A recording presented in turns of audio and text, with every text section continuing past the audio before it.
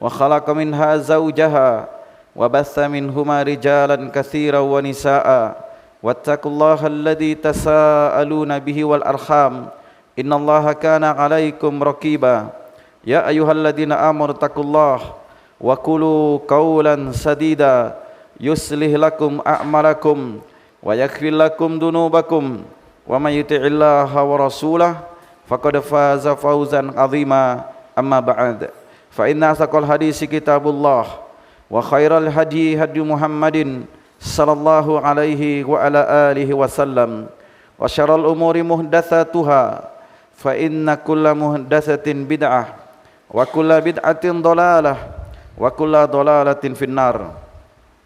Hadirin jamaah Jumat rahimani wa rahimakumullah.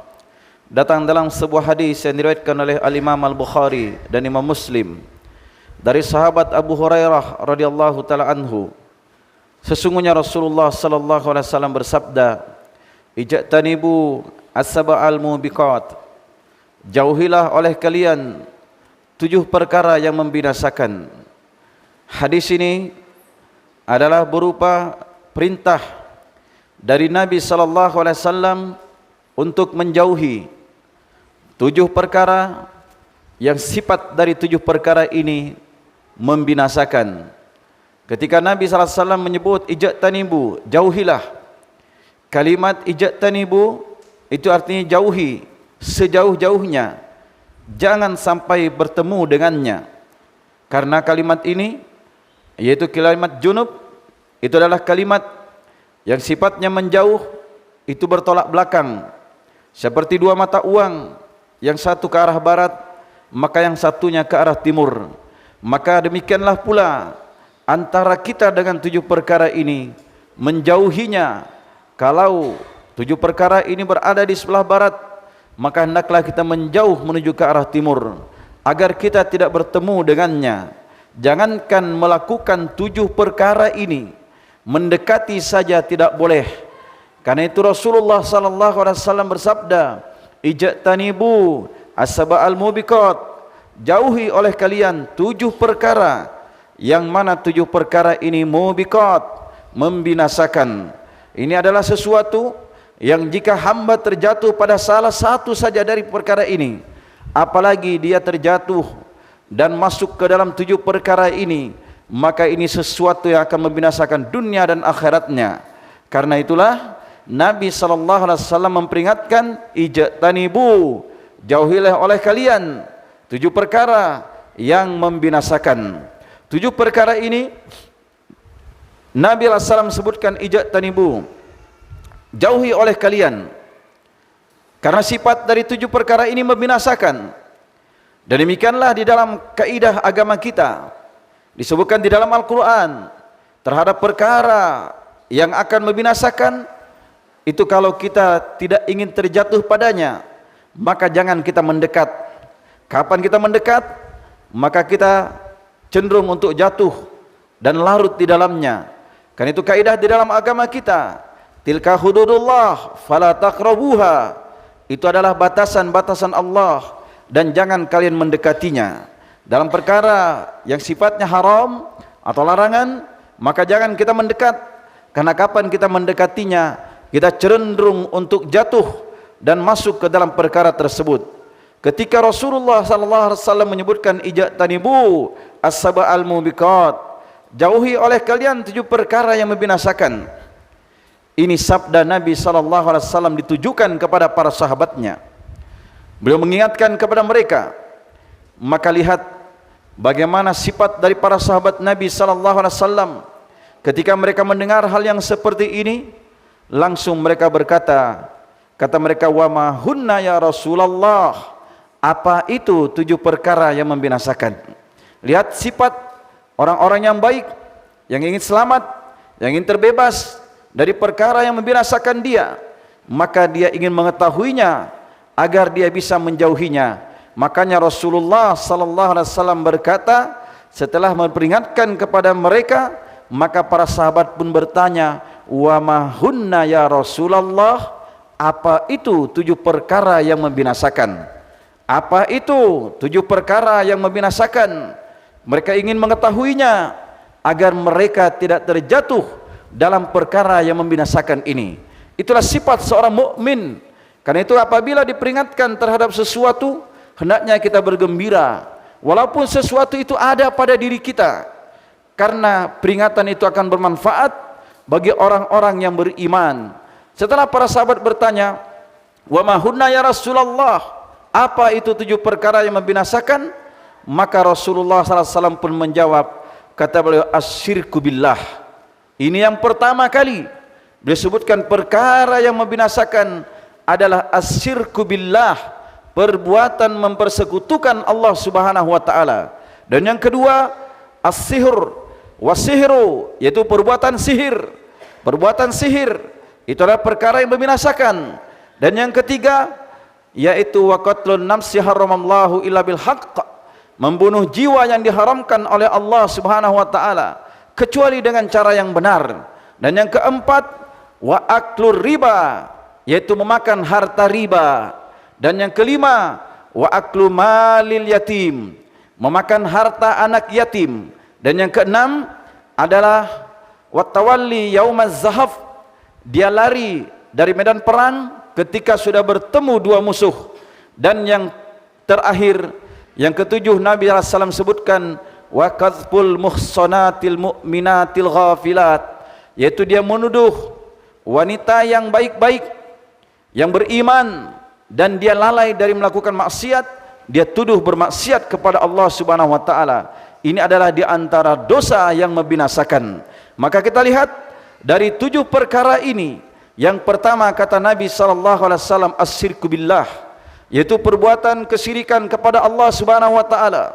Maka ini adalah dosa yang paling besar yang bisa membahayakan seorang hamba, yang sangat cepat mendatangkan bahaya, yang sangat cepat mendatangkan sesuatu yang membahayakan dunia dan akhirat kita. Karena itu Rasulullah sallallahu alaihi wasallam mengingatkan, kata beliau, innahu may yusyrik billah, sesungguhnya siapa yang melakukan kesyirikan kepada Allah, faqad harramallahu alaihil jannah, Allah telah haramkan baginya surga, wa ma'wahun nar, dan tempatnya di neraka, wa ma lidzalimina min ansar, dan tidak ada satupun orang yang melakukan perbuatan kedoliman berupa mempersekutukan Allah, tidak ada seorang pun yang bisa menolong dia.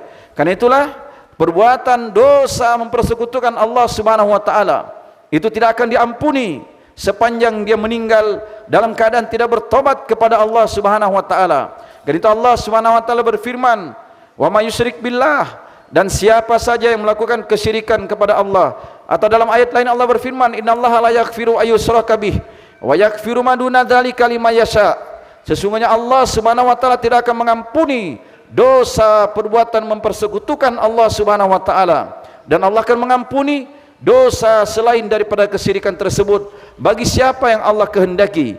Yaitu dosa ini tidak akan diampuni ketika seorang hamba meninggal dunia dalam keadaan dia tidak bertobat kepada Allah Subhanahu wa taala. Betapa besar bahaya dari perbuatan kesyirikan kepada Allah Subhanahu wa taala, sampai-sampai para nabi dan para rasul itu diancam oleh Allah Subhanahu wa taala dengan ancaman yang ke setiap para nabi dan para rasul itu mendapat wahyu ini, mendapat ancaman ini. Allah Subhanahu wa taala berfirman, walaqad uhiya ilaika wa ilal ladina min qablik la in asrakta la yahbatana amaluk wa la takunanna minal khasirin. Dan sungguh kami telah wahyukan kepada engkau ya Muhammad dan kepada orang-orang sebelum engkau, yaitu di kalangan para nabi dan para rasul, semuanya mendapat wahyu ini. Apa wahyunya? La in asrakta, jika kamu melakukan kesyirikan, la yahbatana amaluk, maka sungguh betul-betul pasti akan terhapus seluruh amalanmu, wala takunanna minal khasirin, dan sungguh betul-betul engkau akan tergolong dari orang-orang yang pasti akan merugi. Lihat, ini ancaman ditujukan kepada para nabi dan para rasul. Apabila mereka terjatuh dalam perbuatan kesyirikan, maka yang pertama seluruh amalnya akan terhapus. Kemudian yang kedua, dia pasti tergolong dari orang-orang yang pasti akan merugi. Itu adalah ancaman dari Allah Subhanahu wa taala. Makanya di dalam ayat lain Allah Subhanahu wa taala berfirman, la in asraku lahabita anhum makanu ya'malun, dan jika mereka terjatuh dalam perbuatan mempersekutukan Allah, maka pasti terhapus seluruh apa yang telah mereka lakukan. Karena itulah Allah Subhanahu wa taala berfirman, wa qadimna ila ma amilu min amalin faja'alnahu haba'an mansura. Dan kami hadapi amalan yang telah mereka lakukan di dunia itu. Ketika mereka di dunia, ini amalan mereka akan ditampakkan pada hari kiamat, kemudian dijadikan debu yang berterbangan, tidak dianggap sama sekali oleh Allah Subhanahu wa taala. Maka wahai hamba Allah, siapa yang pernah terjatuh dalam perbuatan mempersekutukan Allah Subhanahu wa taala, maka hendaklah dia segera bertobat, dia meninggalkan dosa tersebut, karena dosa ini akan mengundang bencana di dunia ini terhadap dirinya, terhadap orang lain, terhadap masyarakat, bahkan terhadap langit dan bumi. Itu terancam karena perbuatan kesyirikan dia terhadap Allah Subhanahu wa taala. Perhatikan firman Allah di dalam Al-Qur'an. Allah SWT berfirman ketika orang-orang mengatakan Allah yang Maha Pengasih dan Penyayang itu punya anak. Wa qalu takhadar rahmanu walada wa laqad ji'tum syai'an idda takadu samawati yatafattarna min wa tansakkul ardu wa takhirrul jibalu hadda anda auli rahmani walada wa ma yanbaghi lirrahmani ayyatakhidha walada. Mereka mengatakan Allah yang Maha Pengasih dan Penyayang itu mengambil anak, yaitu mempunyai anak. Lihat ucapan ini, orang-orang Nasara mengatakan Isa putra Maryam itu adalah anak Allah, dan orang-orang Yahudi mengatakan Uzair itu adalah anak Allah, dan mereka mengatakan adalah anak perempuan Allah, para malaikat. Maka lihat mereka mengatakan Allah memiliki anak, itu hanya dengan ucapan, bahkan ini ucapan dengan lisan mereka. Tapi umat Islam ketika mereka mengatakan terhadap Tuhan mereka bahwasanya Allah itu lam yalid walam yulad, Allah tidak beranak dan tidak pula diperanakkan. Kalau Allah tidak beranak, maka Allah tidak butuh kepada istri dan tidak butuh kepada anak. Kalau Allah tidak diperanakkan, maka Allah tidak butuh kepada orang tua. Maka perhatikanlah, ketika mereka mengatakan Allah punya anak, maka kata Allah, sungguh mereka telah mendatangkan ungkapan yang sangat mungkar. Lihat akibatnya, hampir-hampir saja langit itu meleleh karenanya, hampir-hampir saja bumi ini terbelah dan gunung menjadi runtuh, karena mereka menyerukan Allah yang Maha Pengasih dan Penyayang itu memiliki anak. Maka tidak pantas bagi Allah yang Maha Pengasih dan Penyayang itu untuk memiliki anak. Maka inilah sebab terjadinya musibah di mana-mana, terjadinya gunung meletus, terjadinya gunung longsor, terjadinya gempa bumi, bahkan terjadinya banjir bandang dan lain sebagainya. Itu tidak lain karena ada di tempat itu orang-orang yang mempersekutukan Allah Subhanahu wa taala. Ini adalah perkara yang pertama yang membahayakan dunia dan akhirat kita. Kemudian yang kedua, kata Nabi sallallahu alaihi wasallam, wasihru, yaitu perbuatan sihir. Sihir itu artinya dia melakukan perkara yang menyebabkan pengaruh kepada yang lainnya. Sihir itu ada dua bentuk. Ada yang disebut dengan sihir ataf dan ada yang disebut dengan sihir saraf. Kalau sihir ataf itu dia orang yang tidak cinta tiba-tiba menjadi cinta setelah disihir. Kemudian kalau yang saraf itu orang-orang yang saling mencintai suami istri, tiba-tiba setelah dia sihir mereka menjadi bercerai. Inilah yang diinginkan oleh iblis laknatullah. Inilah yang diinginkan ketika disebutkan di dalam Al-Quran tentang diturunkannya Harut dan Marut, itu sebagai fitnah bagi manusia mengajarkan sihir, dan tujuannya adalah untuk memisahkan suami istri yang telah hidup bersama. Karena itu hukum dari mempelajari sihir dan hukum melakukan sihir itulah perkara yang membuat dia keluar dari agama ini. Itu adalah amalan yang akan membuat dia keluar dari agama ini. Sihir itu hukumnya di dalam Islam itu dipenggal lehernya, dipenggal lehernya. Karena itulah kata Imam Syafi'i, hukum terhadap pelaku sihir itu dipenggal lehernya dengan pedang. Itu adalah hukuman bagi orang-orang yang melakukan sihir. Karena itu jangan coba-coba kita mempelajari sihir atau memakai jimat-jimat atau memakai baca-baca yang menjadikan kita kebal atau membuat orang takut. Itu semua terhitung sebagai bentuk sihir.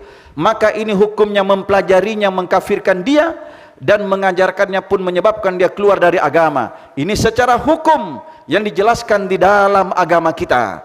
Kemudian yang ketiga, perkara yang membinasakan itu adalah waqatlun nafsi haramallahu illa bil haqq, yaitu dia membunuh jiwa yang diharamkan oleh Allah Subhanahu wa taala kecuali dengan cara yang benar. Artinya membunuh jiwa yang diharamkan, yang tidak boleh dia bunuh. Siapa yang membunuh satu jiwa, itu dosanya bagaikan dia telah membunuh seluruh manusia di muka bumi ini. Karena itu Allah berfirman di dalam Al-Quran bahwasanya man qatala nafsan bighairi nafsin aw fasadin fil ard faka'annama qatalan nasa jami'an. Siapa yang membunuh satu jiwa bukan karena jiwa, yaitu bukan karena kisos, atau bukan pula karena orang itu membuat kerusakan di muka bumi. Di antara kerusakan di muka bumi yang berhak untuk dibunuh di dalam Islam adalah perbuatan sihir. Kemudian kapan dia bunuh tanpa dua sebab ini, maka kata Allah Subhanahu wa taala, faka'annama qatalan nasa jami'an, maka seakan-akan dia telah membunuh seluruh manusia di muka bumi. Itu dosa membunuh satu jiwa. Kalau jiwa yang dia bunuh ini adalah orang yang beriman, muslim, dia sengaja dia bunuh, maka di dalam ayat lain Allah SWT berfirman, wa may yaqtul mu'minan muta'ammidan fajaza'u jahannama khalidan fiha wa ghadiballahu alaihi wa la'anahu wa a'adda lahu adaban azima. Anak-anak yang ribut semua berdiri dan berpisah. Ayo, tidak boleh lagi ribut. Siapa tadi yang lari-lari, berdiri semua. Orang sholat tidak boleh ada yang bicara. Jadi perhatikan, Allah berfirman, siapa yang membunuh orang yang beriman muta'ammidan, sengaja dia bunuh. Siapa yang membunuh orang yang beriman muta'ammidan, sengaja dia bunuh, maka balasannya adalah fajaza'u jahannam, maka balasan bagi dia neraka jahannam, khalidan fiha, dia kekal di dalamnya. Kekekalan ini kalau dia menghalalkan pembunuhan yang Allah haramkan, maka ini bisa menyebabkan dia kekal selama-lamanya. Tetapi kalau dia membunuh ini bukan karena menghalalkannya, maka dikhawatirkan dia tinggal lama di dalam neraka jahannam. Kemudian yang kedua, wa ghadiballahu alaihi, dia mendapat murka dari Allah. Yang ketiga, wala anahu, dia akan mendapatkan laknat dari Allah Subhanahu wa taala. Dan yang keempat, wa a'adda lahu adzaban azima, dan dipersiapkan bagi dia adab yang berat, yaitu adab yang pedih, adab yang besar bagi orang yang telah melakukan pembunuhan ini. Maka orang yang membunuh satu jiwa, itu dosanya mencakup terhadap tiga perkara: dosa kepada Allah, kemudian dosa kepada orang yang dia bunuh, dan dosa kepada ahli warisnya. Maka inilah besarnya dosa membunuh jiwa di muka bumi ini. Kemudian yang keempat, yang Nabi SAW sebutkan dari perkara yang harus dijauhi dan dari perkara yang membinasakan, yaitu wa aklur riba, memakan harta riba. Terkhusus memakan harta riba ini, kebanyakan manusia apabila diperingatkan tentang riba, dia marah. Bahkan kadang kalau kita diundang berkhutbah Jumat di salah satu masjid mereka, ketika diperingatkan tentang riba, besok-besok kita tidak akan dipanggil lagi berkhutbah. Karena mereka khawatir kalau tidak melakukan riba, itu rezekinya akan kurang. Padahal rezeki itu telah Allah tetapkan kepada hamba kadarnya, dan tidaklah jiwa itu meninggal dunia sampai Allah Subhanahu wa taala menyempurnakan rezeki itu datang kepada dia. Dan rezeki itu datang kepada dia, apakah dia cari dengan cara yang halal, tetap seperti itu datangnya.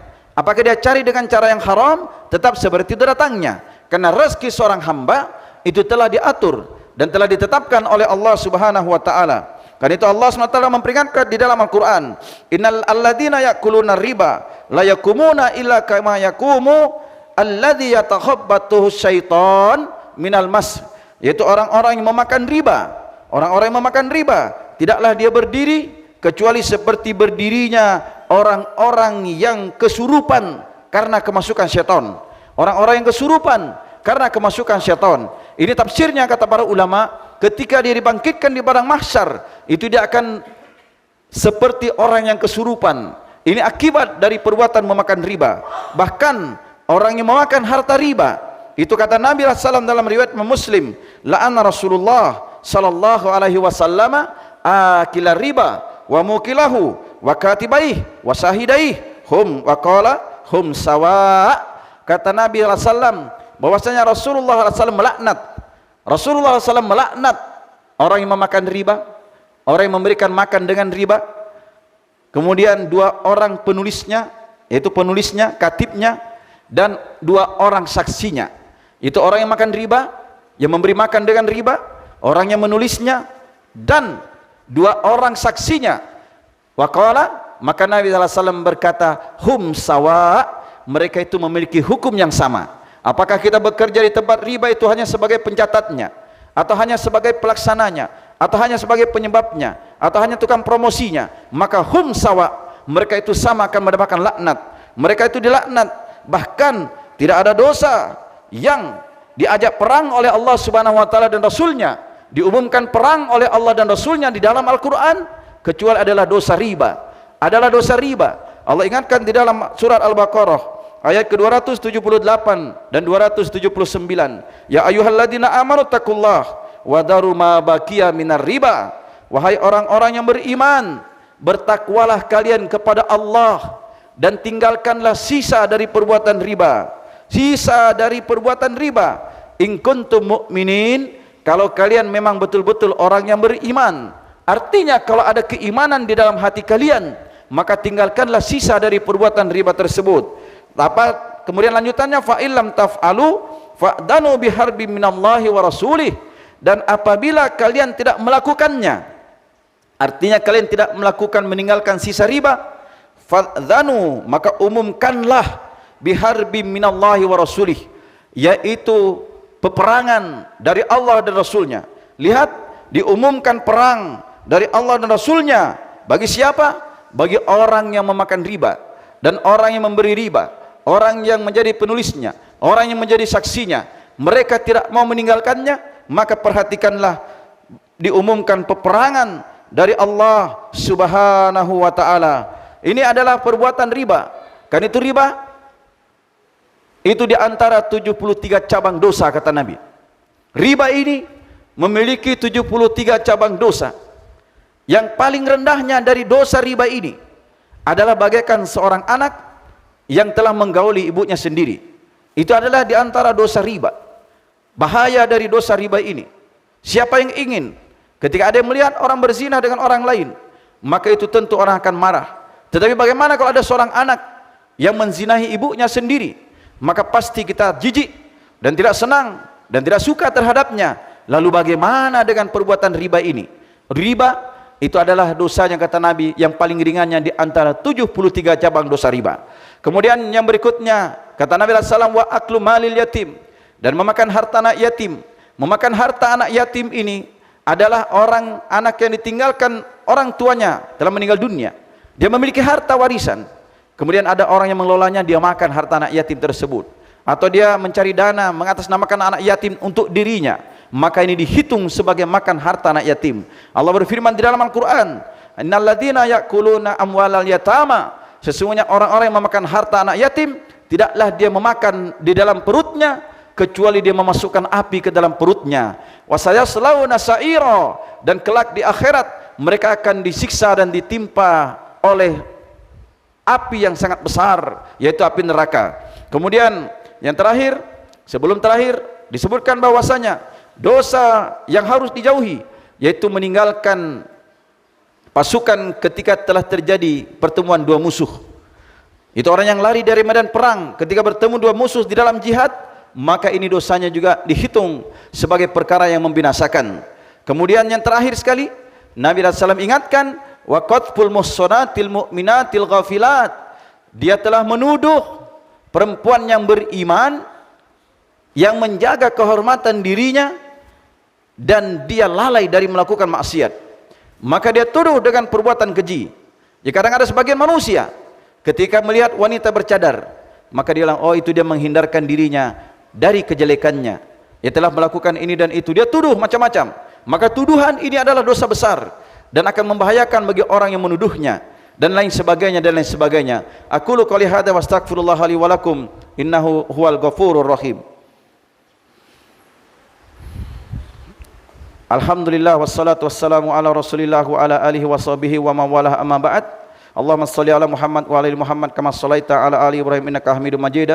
Allahumma fil muslimina wal mu'minat wal mu'minina wal mu'minat al ahya'a minhum wal amwat ya qadiyal hajat. Allahumma inna nas'alukal huda wat tuqa wal afafa wal ghina. Walhamdulillahirabbil alamin wa aqimus shalah.